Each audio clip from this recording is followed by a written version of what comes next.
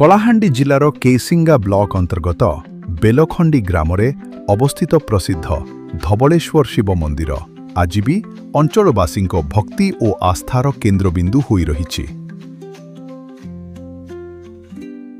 ତେଲ ଓ ଉତେଇ ନଦୀର ସଙ୍ଗମସ୍ଥଳ ନିକଟରେ ଥିବା ଏହି ମନ୍ଦିର ପ୍ରାଚୀନ ଶୈବ ପରମ୍ପରାକୁ ଆଜି ବି ସଜୀବ ରଖିଛି।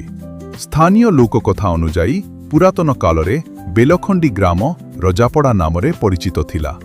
ସେ ସମୟରୁ ଏଠାରେ ଭଗବାନ ଶିବଙ୍କୁ ଧବଳେଶ୍ୱର ରୂପେ ପୂଜା କରାଯାଉଛି। ମନ୍ଦିରରେ ଥିବା ଶିବଲିଙ୍ଗ ସ୍ୱୟଂଭୂ ବୋଲି ଭକ୍ତମାନେ ବିଶ୍ୱାସ କରନ୍ତି।